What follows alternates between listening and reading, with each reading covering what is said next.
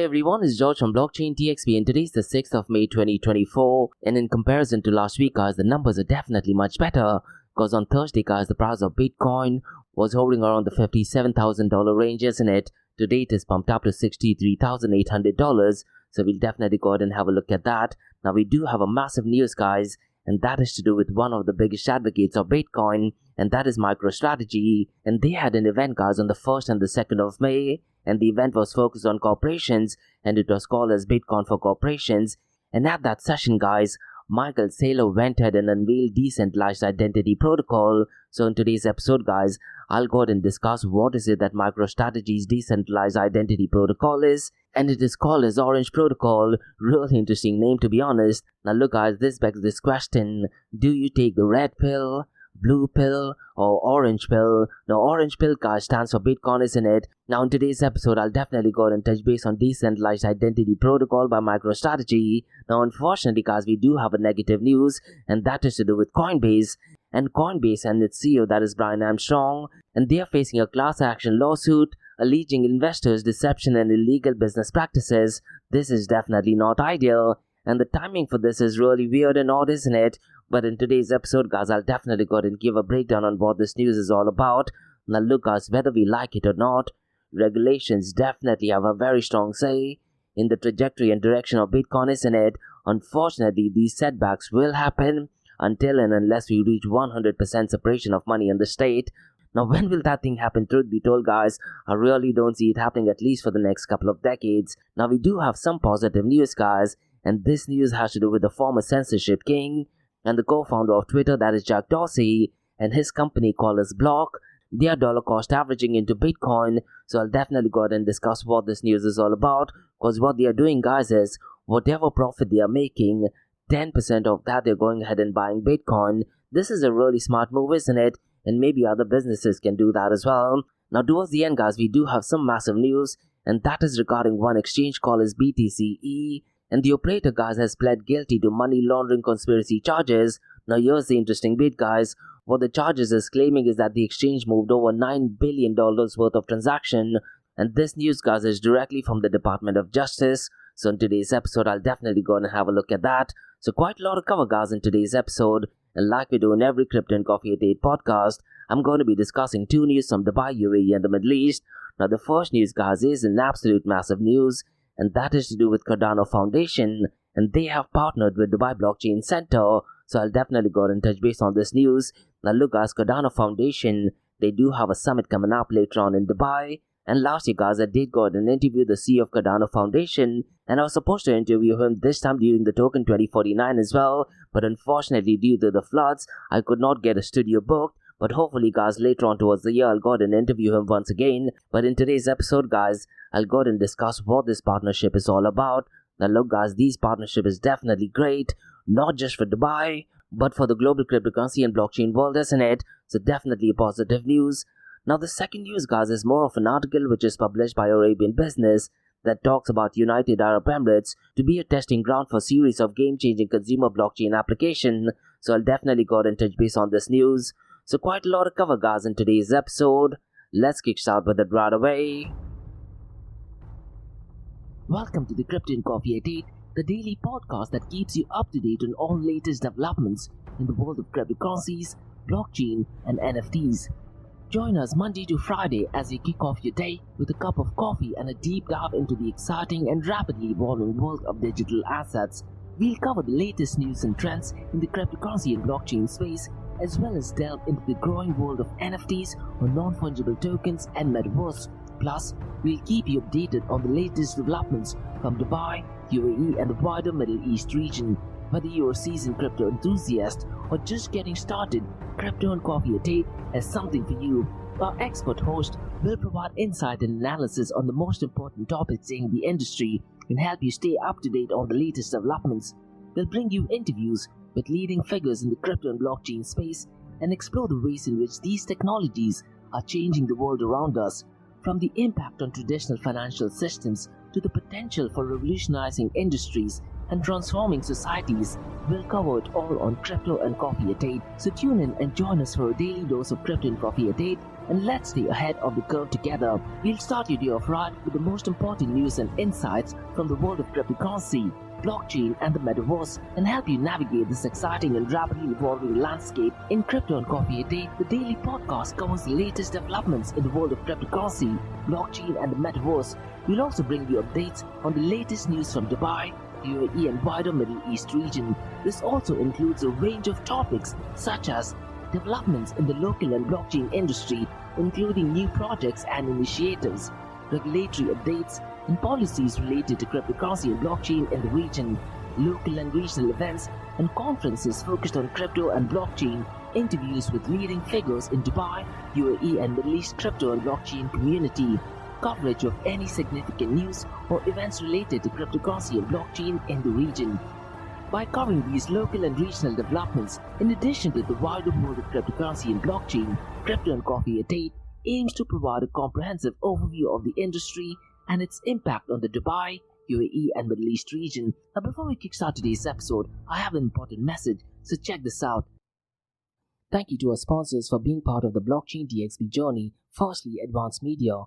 Advanced Media, guys, is the largest distributor of professional video, photo, broadcast and cinematic equipment and accessories in the Middle East and MENA region. With over 2 decades of experience, Advanced Media is now the largest distributor in the Middle East, representing more than 100 recognizable brands, including brands such as Zeiss, DJI, Hasselblad, Red and Rode. As a matter of fact, guys, the very mic that I'm recording is being sponsored by Advanced Media as well. And Advanced Media has showrooms in Saudi Arabia and services as well. Looks like they're definitely taking the Middle East by storm. And here's the beautiful thing, guys. They're taking corporate social responsibility very seriously. And they're focusing on 3 Ps. That is people, planet, and prosperity. Now listen, guys, if you do want to find out more information regarding the statement of corporate social responsibility, check out the website, that is www.amt.tv. And here's the beautiful thing, guys. They also want to be a leader and set an example and reputation as a pioneer and member of the community. And in doing so, guys, they also have an AMT scholarship with SAE Institute in Dubai, UAE. So definitely check it out. And also, guys, Advanced Media is committed to persistently developing, organizing, and hosting training workshops, seminars, and community events that educate, inform, and familiarize consumers with new equipment and the latest technological advances. So listen, guys, do one thing. If you do want to support this channel, go to the website, that is www.amt.tv, and follow the social media channels as well. All of the details are in the show notes below. Next, Startup OI is global one-tech platform for tech. It offers global high-paying tech jobs with flexibility in working time and location, global free tech events, and tech networks to connect with global like-minded engineers. A brilliant platform to listen to the tech experts in Metaverse and to grab their insights. Now listen, all you have to do is download the app Startup OI. If you're using an Android version, go to Google Store and App Store for iOS devices. Alternatively, you can also click on the show notes below to download Startup OI. Next, guys, listen, if you're into fitness, if you're into adventure, if you want to do something wild but still want to keep your health in check, there is a new podcast in town, a podcast focusing on obstacle course race in the Middle East. The podcast is called the Race Pace Podcast. So check out the Race Pace Podcast across all leading platforms.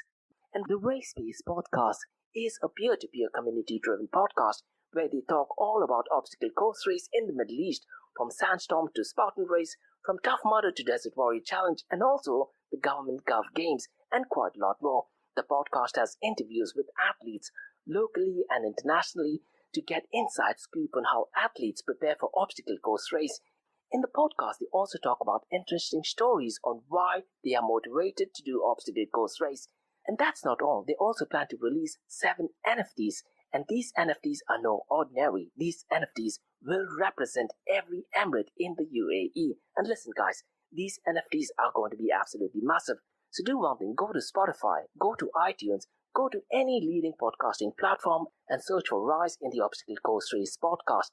And finally, guys, not your keys, not your crypto. If you have dabbled with cryptocurrencies and now are seriously getting to protect your cryptocurrencies, there is no better way to protect it by using a hardware wallet. And this is where Ledger Wallet kicks in. And Ledger Wallets are hardware cryptocurrency wallets made by Ledger, a company headquartered in Paris, France. and Ledger's hardware wallets are multi-currency wallets that are used to store private keys for cryptocurrencies offline. And Ledger offers two hardware wallets, the Ledger Nano and Ledger Nano X wallets. They are world-class experts with extensive crypto security backgrounds.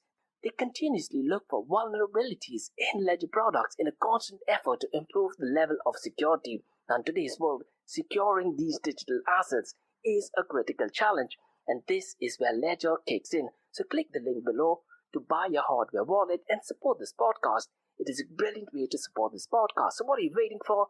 The link is in the show notes below. Now guys, since you've taken care of that, let's kickstart by looking at the global cryptocurrency market. Now since the last 72 hours guys, the global cryptocurrency market has definitely pumped up, because when I released the episode on Thursday, the numbers were definitely not looking good, isn't it? Now fast forward to 6th of May 2024, the global cryptocurrency market is at $2.36 trillion. Now since the last 24 hours, it is down by 1.24%. Now you need to understand guys that I'm looking at these numbers in the early hours of Dubai, and it is still technically Sunday in most of the Western countries, and I'm pretty much sure as day goes by, the numbers will definitely be on an incline. Now so far as the total cryptocurrency market volume is concerned, it is at $47.74 billion, and since the last 24 hours guys, it is actually down by 12.89%. So it looks like a lot of transactions did actually take place on Saturdays and Sundays, isn't it? And even Fridays. And that is positive, guys, because it looks like the prices are pumped up. So what I'd really recommend you to do is, guys, look at the volume of stable coins, look at what is going on centralized as well as decentralized exchanges, and that would give you some sentiment regarding what is going on in the cryptocurrency and blockchain world, isn't it? Now, so far as DeFi is concerned, guys, unfortunately, the numbers are absolutely horrendous. The 24-hour volume of DeFi is less than $5 billion. It is only at $4.83 billion. And DeFi, guys, as of today, is accounting for 10.11% of the total crypto market 24-hour volume. Now, so far as the total value locked is concerned, it is well below the $100 billion mark. It is at $94.72 billion. And Lido is still dominating so far as total value locked is concerned at $29.47 billion. Now, so far as the decentralized to centralized exchange dominance is concerned, guys, it is relatively consistent all throughout the days, but the percentage has gone down, and today it is at 15.95%. For 2 months before this, guys, decentralized to centralized exchange dominance used to be somewhere between the 20 to 25% range. Now look, guys, I'd really like to see these numbers well past the 40% mark, because that would give us an idea that the world is ready for decentralization, and it needs to be consistent for at least a couple of months.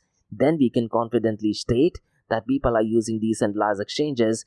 These are my honest thoughts, to be honest. Now, so far as the volume of decentralized exchange is concerned, guys, we do have a new decentralized exchange at number 5th, but let's quickly look at the top 4 first and then look at the 5th one. Now, the number 1, guys, is Uniswap, and its volume is $1.11 billion. PancakeSwap, guys, is at number 2nd, and its volume is less than half of Uniswap's volume at $490.22 million.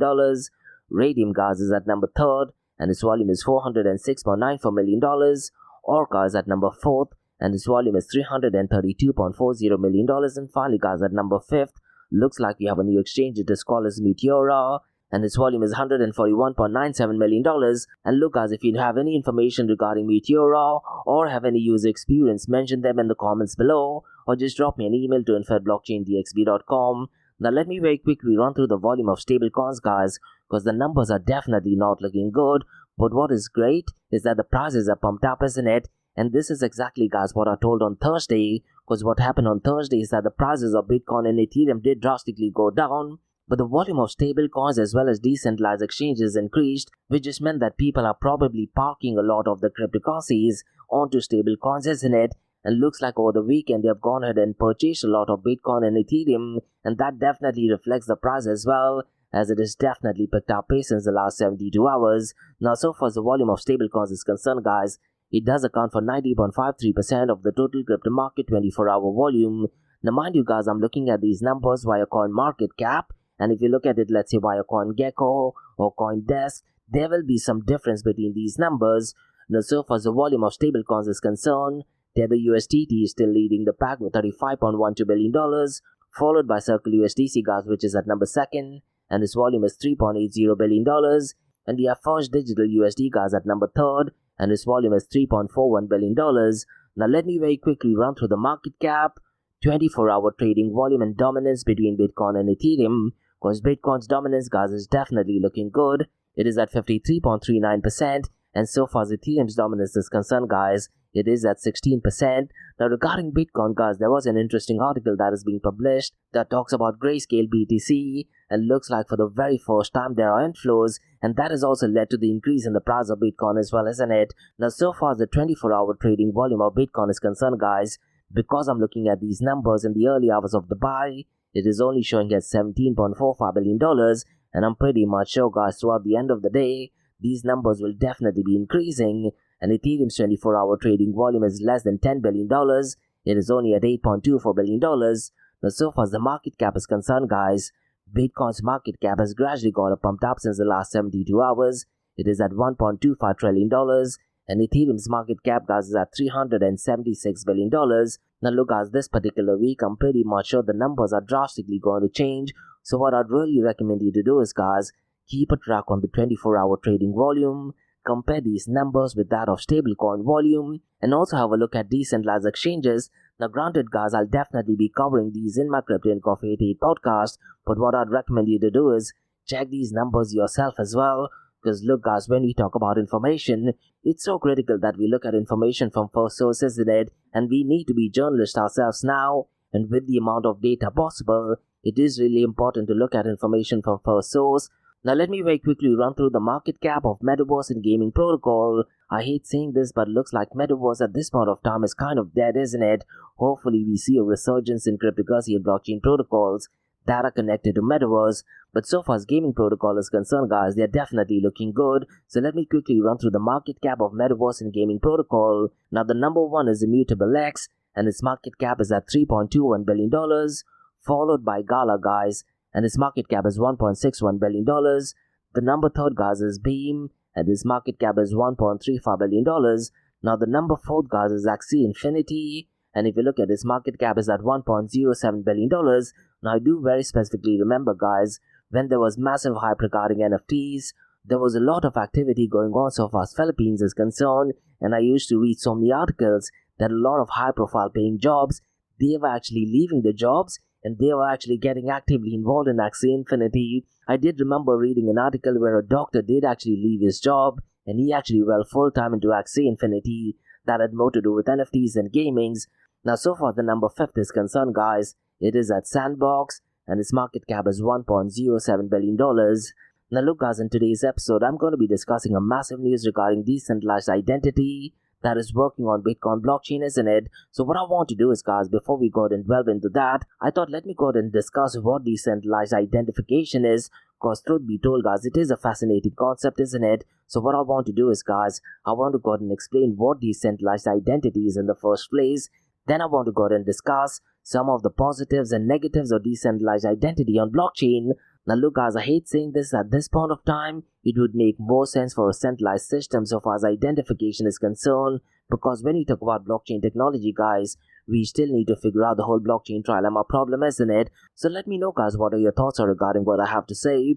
Whether you agree to it, disagree to it, or have any alternative comments, mention them in the comments below. Now, so far as decentralized identification is concerned, guys, it is also called as DID, and it is a fascinating concept leveraging the power of blockchain technology, and they're doing that to revolutionize how we manage identity in the digital age. And at its core, guys, decentralized identity aims to give individuals control over their own identity information, mitigating issues of privacy, security, and centralized authority.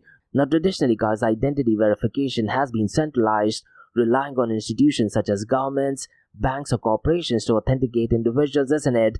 However, this centralized approach poses several challenges, including single point of failures, susceptibility to data breaches, and lack of user control over personal information. Now look, guys, regarding data breach, I do have a very specific question. What happens when there is a data breach in a centralized system versus what happens when there is a data breach in distributed system? In case of distributed system, guys, your data is completely gone, isn't it? But in case of centralized system, you can go ahead and contact customer service, you can go ahead and contact the company. So these are things you need to be aware about as well. Now, so far as blockchain technology is concerned, guys, it offers a solution by providing a distributed and immutable ledger where identity information can be stored securely. And DID, guys, utilizes blockchain's cryptographic capabilities to ensure data integrity and also privacy, while allowing individuals to maintain ownership and control over the identity. Now, one of the key components of decentralized identity, guys, is the concept of self-sovereign identity. This means that individuals have ultimate authority over the identity information and can choose how to share it with third parties. And through the use of decentralized identifiers, guys, and also verifiable credentials, users can authenticate themselves without relying on a centralized authority. And decentralized identity cards are unique identifiers that are stored on blockchain that are cryptographically linked to an individual's identity. And these identifiers cards enable secure and verifiable interactions without revealing sensitive information. And verifiable credentials are digital documents issued by trusted entities such as government agencies or even educational institutions that can be cryptographically verified by absolutely anyone. And by adopting decentralized identity, guys, individuals can enjoy greater privacy and security in their online transactions. They can no longer need to rely on third-party intermediaries to validate their identity, thereby reducing the risk of identity theft and fraud. Moreover, guys, decentralized identification has the potential to enable more seamless and efficient process in various sectors, including, let's say, finance, healthcare, and even supply chain management. However, guys, it's really important to note that despite its potential benefits, decentralized identification still faces challenges in terms of scalability, interoperability, and regulatory compliance as well.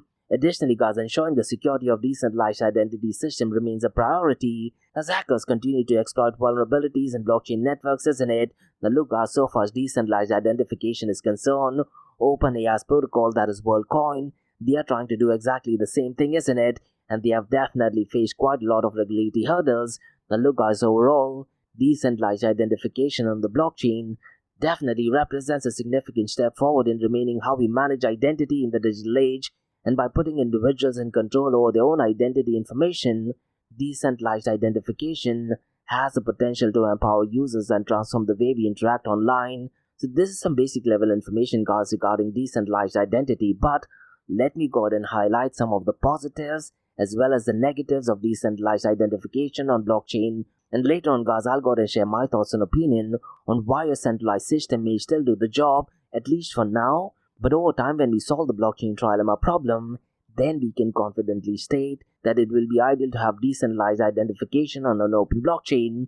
Now, so far as the positives are concerned, guys, decentralized identification gives individuals control over their personal data, allowing them to choose what information to share and with whom. This, guys, reduces the risk of data breaches and even identity theft associated with centralized databases, isn't it? And the cryptographic nature of blockchain, guys, ensures the integrity and immutability of identity records, making them resistant to tampering and fraud. This, guys, enhances security and trust in digital interactions. And with decentralized identification, individuals become the custodians of their own identity, thereby eliminating the need for intermediaries to verify these credentials. And this, guys, empowers users and promotes self-sovereign identity. And also, guys, decentralized identification enables seamless integration and exchange of identity information across different platforms and services, isn't it? Thereby fostering interoperability and reducing redundancy in identity verification processes. Now, so far as efficiency is concerned, guys, by streamlining identity verification processes and reducing reliance on manual checks, decentralized identity verification can improve efficiency and reduce costs for businesses and organizations. Now look, guys, you might have heard of blockchain called as EOS, isn't it? And they had a project called as Voice, guys, which was kind of a replication of Twitter, but they wanted to be in voice format. Unfortunately, guys, what they wanted to do is they wanted individuals to go ahead and send their passport and key information. And what they actually said, that they will go ahead and store it in the system, and they wanted us to trust so far as privacy is concerned. And they were still claiming it as blockchain protocol. So what I really recommend you to do is, guys, go ahead and do more research on this. Thankfully, guys, the project was a complete disaster, and they have switched voice protocol, and they have switched the whole idea of voice, and now they are dealing only with NFTs. Now, so far as the negatives of decentralized identification on blockchain is concerned, guys, let me go ahead and highlight some of the negatives of it. Because look, guys, as blockchain network grows, scalability becomes a real concern, isn't it? Potentially leading to slower transaction speeds and higher fees. And scaling decentralized identity solution, guys, to accommodate a large number of users and transactions at this point of time still remains a challenge. Hopefully in the next coming decade, we might be able to get newer cryptographic methods, and then we might be able to solve the whole blockchain trilemma problem, isn't it? And look, guys, despite efforts of standardized decentralized identity protocols Interoperability issues may arise when integrating with existing systems and legal infrastructure, and ensuring seamless interactions between different DID implementations do require ongoing collaboration and standardization efforts, in my opinion. And decentralized identification, guys, may face regulatory hurdles, especially regarding data protection and privacy laws, and this is something which I talked about OpenAI, isn't it? Now it's really important to note that balancing the principles of self-sovereign identity with regulatory requirements at this point of time still poses challenges for implementation and adoption. And look, guys, unlike centralized systems where users can recover lost or stolen credentials through a centralized authority, decentralized identity systems require a robust mechanism for identity recovery and backup, and the risk of irreversible loss of access of digital assets due to lost keys or forgotten password is a massive concern, to be honest. Now look, guys, so far security risk is concerned, we need to accept that while blockchain technology offers inherent security benefits, decentralized identity systems are not immune to security risk, and this is something which I touched base earlier on as well, isn't it? Because there will be vulnerabilities in smart contracts and identity theft through social engineering attacks, and potential exploits in cryptographic algorithms still pose ongoing security challenges that definitely requires continuous monitoring and mitigation. So look, guys, overall, decentralized identification on blockchain offers significant advantages in terms of privacy, security, and even user empowerment. However, it also presents challenges to scalability, interoperability, and regulatory compliance, even identity recovery and security risks, and addressing these challenges will be crucial for realizing the full potential of decentralized identity solutions in this digital age. So these are, guys, some of the benefits and drawbacks of using decentralized identity in blockchain. Now let me go ahead and share why I'm in favor of centralized system for identification. Now look, guys, you might not like what I'm saying, but let's say if you agree to it or disagree to it or have an alternative thought, mention them in the comments below. So let me go ahead and share my thoughts and opinion on why centralized system for identification, at least for now, is still ideal. Because look, guys, centralized systems often have well-established processes and standards for identity verification, which is backed by regulatory oversight, and this can instill confidence in reliability and accountability of identity verification process, and users may feel more assured knowing that a trusted authority is responsible for managing the identity information. Now, so far as identity recovery is concerned, guys, centralized systems typically offer mechanism for identity recovery, and that is in case of lost or stolen credentials, isn't it? And users can rely on support or administrative procedures to regain access to the accounts or even credentials, thereby reducing the risk of permanent loss of access to digital assets. In case of blockchain technology, guys, this thing will not absolutely work, isn't it? And guys, centralized identity systems also adhere to industry standards and protocol, facilitating interoperability and compatibility with existing infrastructure and services, and this reduces integration challenges and ensures seamless interactions between different platforms and applications. The look, guys, in the blockchain world, we talk about interoperability as it is a new thing and a brilliant thing.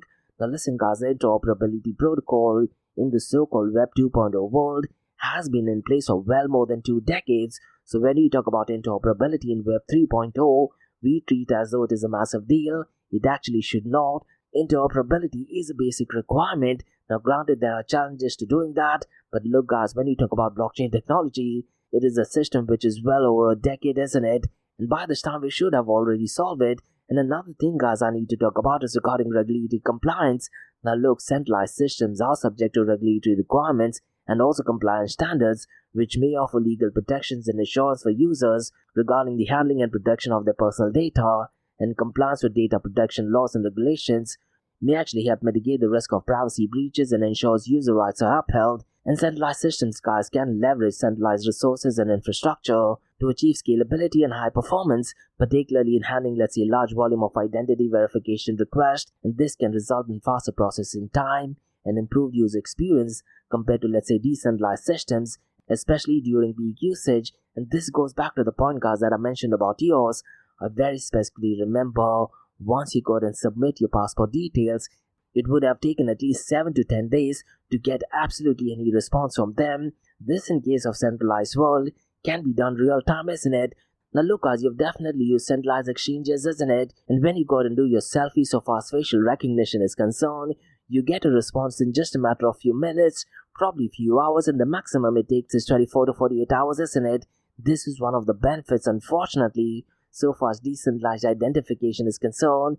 in a centralized world. Now look guys, I would definitely prefer that, because who's going to wait for 7 or 10 days, maybe even longer, because the entire protocol is distributed or decentralized, isn't it? And centralized systems guys often provide user-friendly interfaces and streamlined processes for identity verification, making it easy and more convenient for users to authenticate themselves and access services. Now look guys, at this point of time, I really am not sure if you've actually got and tried a distributed or decentralized identity verification. The user experience is absolutely horrendous and scary. Now, so far centralized systems is concerned, simplified user experience can enhance adoption and usability, especially for less tech-savvy individuals. Now, if you're someone guys who's in Dubai or UAE, you probably would have heard of UAE Pass, isn't it? And how easy it is to go out and use UAE Pass. It literally takes few minutes to go out and do all your verification process. Now, if you're someone who's from UAE, I'm pretty much sure you know what UAE Pass is. If not, you definitely need to go out and check what UAE Pass is, guys. It is extremely easy, and these are unfortunately some of the benefits of centralized system. And guys, even my dad, who's well past the 70 years, even he could go out and do his verification in that app. But imagine him doing it in the so-called Web3 world. It is going to be an absolute nightmare, because you need to go out and delve into private keys, public keys, so on and so forth. And apart from that, guys, centralized systems also have a dedicated team and resource for managing security threats and mitigating risk associated with identity theft, isn't it? And even fraud and cybersecurity breaches as well. And this proactive approach, guys, to risk management, according to me, can help protect users' identity information and minimize the impact of security incidents. Now look guys, centralized systems offer certain advantages in terms of, let's say, reliability, accountability, identity recovery, standardization, regulatory compliance, scalability, performance, and even user experience. But it is essential to weigh the benefits against potential drawbacks as well, such as single point of failure, susceptibility to data breaches, lack of user control, and dependency on trusted authorities. Ultimately, guys, the choice between centralized and decentralized system for identification depends on various factors, including security requirements, privacy preferences, regulatory consideration, and user priorities. So let me know, guys, what your thoughts are, whether you agree to what I'm saying, or have any other comments. Mention them in the comments below. Now guys, let's look at the king of all kings, that is Bitcoin. Now the price of Bitcoin, guys, is definitely pumped up since the episode I released on Thursday, and right now it is at $63,879, and since the last 24 hours it is up by 0.81%. Since the last 7 days, guys, it is up by 2.16%. Ethereum, guys, is at $3,129, and since the last 24 hours it is up by 1.19%, but since the last 7 days, guys, it is down by 2.02%. Binance BNB Coin, guys, is below the $600 mark. It is at $590, and since the last 24 hours it is up by 1.23%. Since the last 7 days it is down by 0.72%.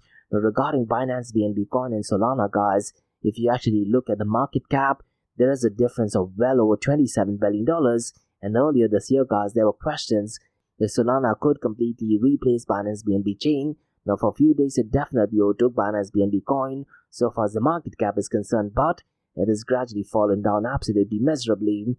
Now look guys, in the world of Bitcoin, one of the biggest advocates of Bitcoin, that is MicroStrategy and Michael Saylor, they did have an event on the 1st and 2nd of May that is called as Bitcoin for Corporation, and at that session, guys, Michael Saylor announced Orange Protocol for decentralized identification, and he's actually hoping to anchor digital identities on dominant blockchain, that is Bitcoin. And according to MicroStrategy's Orange documentation, guys, the decentralized identity protocol uses a modified approach to encryption as ordinals, but stores only data related to decentralized identity, meaning, guys, documents can be created and updated with few restrictions on size and content while taking advantage of segregated witness, which is one of the features of Bitcoin, isn't it? The MicroStrategy's Orange decentralized identifier, guys, could be used to verify users on social media applications, or even authenticate a text message, or even college degree or medical records. Now what I'd really recommend you to do is, guys, in the show notes below, MicroStrategy has published an unofficial draft, that is MicroStrategy's Orange Protocol. So in the show notes below, definitely feel free to go and check it out. But let me know, guys, what are your thoughts regarding decentralized identity. Now look, guys, it's really important to know that when you talk about decentralized identification, the person who got and inputs the data, that is absolutely extremely critical. What if the physical person who got and inputs goes ahead and inputs an incorrect or fake news?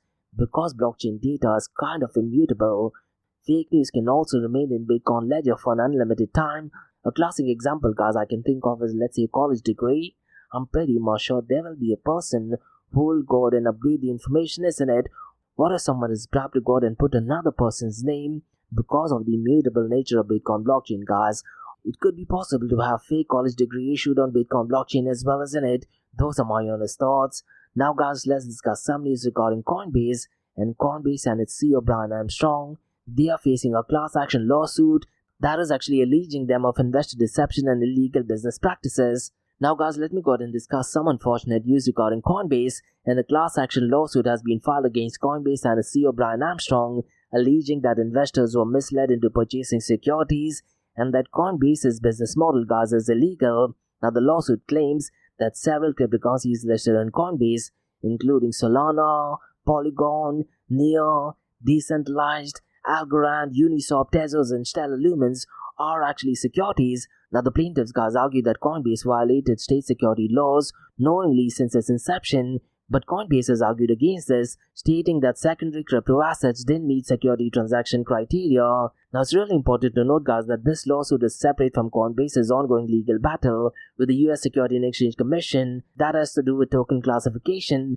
Additionally, guys, a crypto lawyer has filed a brief supporting an appeal on behalf of over 4,700 Coinbase customers. But despite legal challenges, Coinbase has reported strong financial performance in the first quarter of 2022, with significant revenue and net income driven by market performance, and that is because of the launch of Bitcoin Spot ETF, isn't it? These are some of the benefits of an approval of a spot Bitcoin ETF, isn't it? Now, guys, let's discuss some news that is to do with the censorship king and Twitter founder Jack Dorsey. Now, he has a new company called his Block, guys, and what they will do is they will flip 10% of the gross profit made into Bitcoin's product into buying Bitcoin every month. Now, they did have an earning files report, guys, and in that earning files report, it actually states that Block has bought $220 million worth of Bitcoin between the fourth quarter of 2020 and the first quarter of 2021.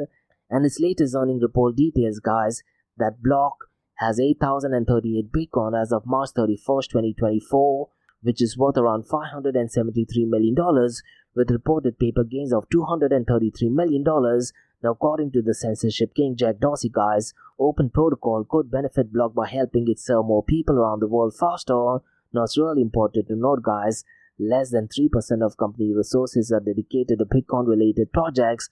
Now, look, guys, this news might actually sound great, but when you talk about Bitcoin right now, it is only the millionaires, multi-millionaires, celebrities, and multi-billionaires who are going ahead and acquiring it quite a lot of more, isn't it? Now, Bitcoin's movement, guys, was separation of money and the state, and I say this quite often.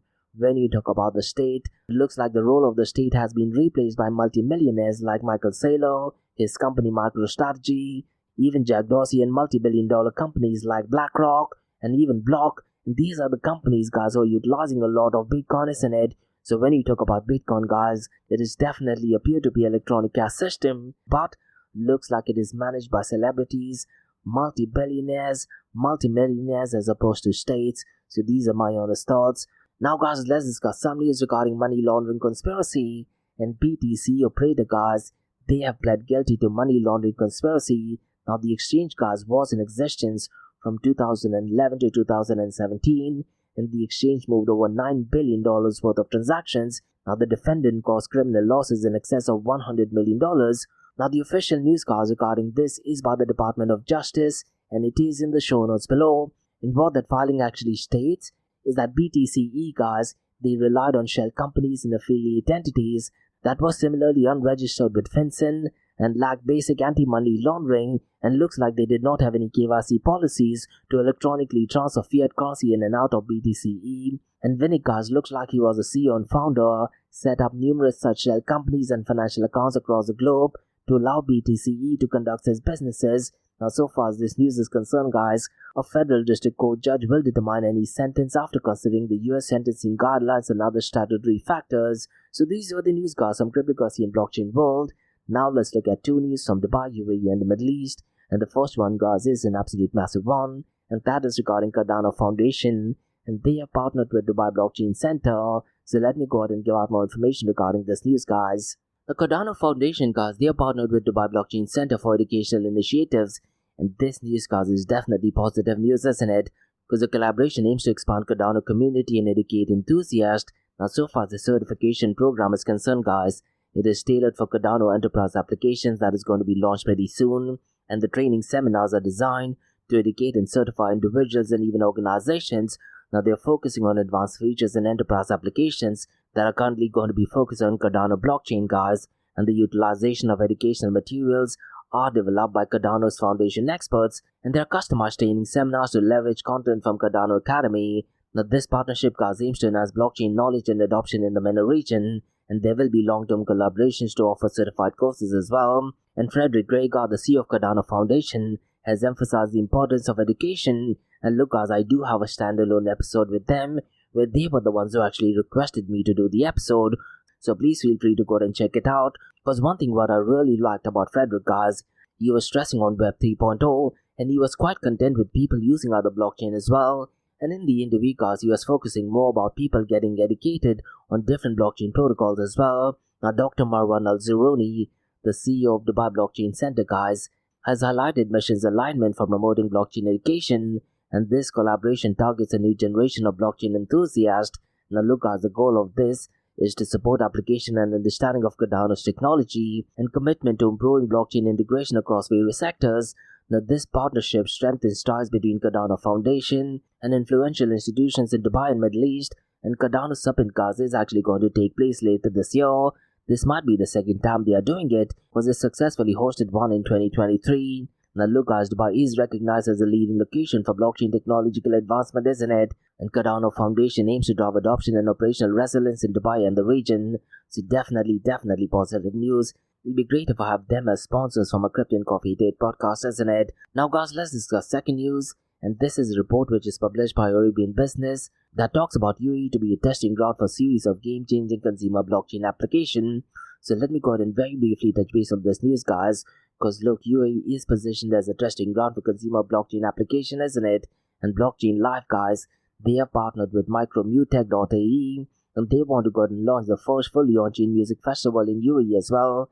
And blockchain-enabled collectible tickets, guys, that is by Blockchain Live, garner excitement among fans. And Mutech Music Festival, guys, features renowned artists like Matthew Johnson and Grammy winner Louis Resto. And the success of ticket tokenization, guys, is expected to lead to broader consumer application and blockchain.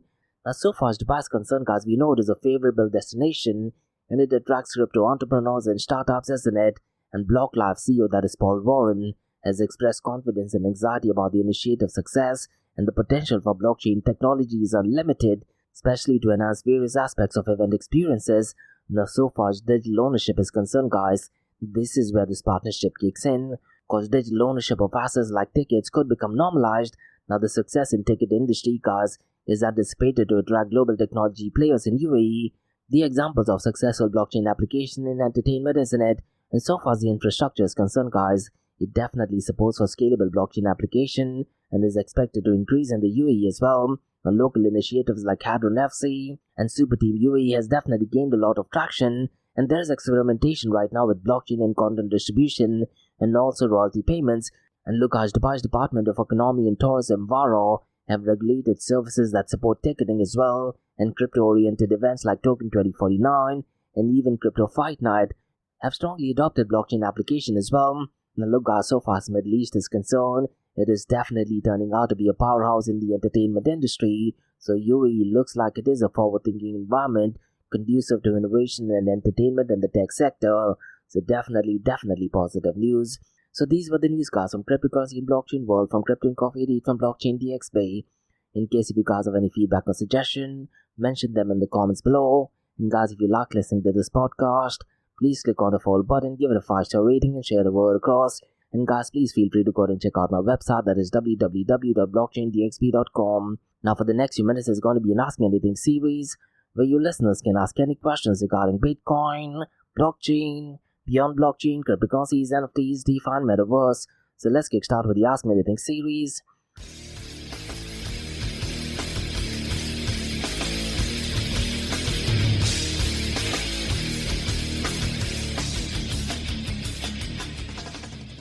Hey everyone, it's Josh from Blockchain DXB. You're listening to the Ask Me Anything series, where you listeners can ask any questions regarding Bitcoin, blockchain, beyond blockchain, cryptocurrencies, NFTs, DeFi, and Metaverse. I have a question by Tim who asks, why do you think decentralized application could be susceptible to fraud? Can you share some example? Now this is such a brilliant question, Tim. Now look, Tim, when you talk about fraud, particularly in the cryptocurrency and blockchain world, you need to understand that there are different focal points where these frauds can actually occur. Let me go ahead and give you an example of why I think supply chain management is definitely not an ideal use case as far as blockchain technology is concerned. Now going back to 2016, I do remember reading a very specific article that was written by PwC that did actually state that supply chain management will be on blockchain technology and the industry would be worth $5 trillion. Mind you, I'm talking only about supply chain management industry working on blockchain. None of these things have turned out to be fruitful, isn't it? Because look, when you talk about supply chain management in the blockchain world, let's say if a product moves from one destination to another, that data of transfer gets recorded into a block, isn't it? Now what the person uploading the block can do is, they can go ahead and manipulate and put incorrect or fake news. So let's take an instance, let's say of a shoe. If it moves from one destination to another, let's say it moved to the second destination, what I can do is I can physically replace the original product, put a counterfeit or fake product into the box, then I can go ahead and scan the barcode, isn't it? Now because it is put up in blockchain technology, it gives an impression that the product is absolutely genuine. In reality, that cannot be the case. Using blockchain technology, what people can do is they can appear counterfeit and fake products to appear to be genuine. Now, so far as identity verification is concerned, the same thing applies as well. Let's say using blockchain application, if I want to go ahead and put my passport details, I'm pretty much sure the machine or the computer recording or taking all these information, if that is cheated. So let's say if I have a scanning device that goes ahead and changes your name, which is easily possible to be honest, it could be possible that the passport details can be manipulated, giving another person an identification. These are just some of the cases. Let's say if you're talking about educational certificates, and this is something which I did actually touch base earlier on as well, Tim. Now look, when you talk about education, I was born and brought up in Mumbai, India. If you were to ask someone in Mumbai or the northern countries how easy it is to go ahead and get a fake certificate, they would literally laugh, because it is extremely easy to go ahead and get a fake certificate and make sure that the certificate is registered with the legal bodies as well. So this is how it would work. Let's say a person has completed his, let's say, medical degree using blockchain technology. What a notorious person can do is, when he's going and uploading the medical documents into, let's say, the blockchain program, this could be, let's say, physically uploading it or using a scanning device, they can easily go and change the name of the person, and what would happen is a fake person with no credentials, they would be certified as a doctor or a nurse. This, to be honest, is easily possible in developing countries. Now if you're someone who's in Western countries, this might be completely new to you, but these things happen quite easily in countries like India, Pakistan, or even other countries, and that is one of the reasons why I do feel having a centralized entity will be better, because in case of centralized entity, there's at least a legal jurisdiction that is bound towards them. But let's say if this thing happens in a distributed or decentralized world, a fake identity can remain in the system forever, isn't it? Those are my honest thoughts, and there are countless such examples. Hence, when we talk about blockchain technology, Tim, I do feel that there are very limited use cases. Now, we do need more information regarding this and do need consultation. Drop me an email to info@blockchaindxb.com. And that's about all, guys, on the Ask Me Anything series on Blockchain DXB. In case if you guys have any feedback or suggestion, mention them in the comments below. And guys, if you like listening to this podcast, please click the follow button, give it a 5-star rating, and share the word across. And remember, guys, Monday to Thursdays, 8 a.m. to 8:30 a.m. we have Crypto and Coffee at 8, where we cover top news and information pertaining to the price of cryptocurrencies, some major breaking news, occasionally short and sweet news as well, news that has an impact on the cryptocurrency world. The other two news and information is related to Dubai, UAE, and the Middle East, from the cryptocurrency, blockchain, and artificial intelligence world. And what you're listening to right now is the Ask Me Anything series, where you listeners can ask any questions regarding Bitcoin, blockchain, beyond blockchain, cryptocurrencies, NFTs, DeFi, and Metaverse. So thanks so much for listening, guys, and have a nice one. Bye-bye.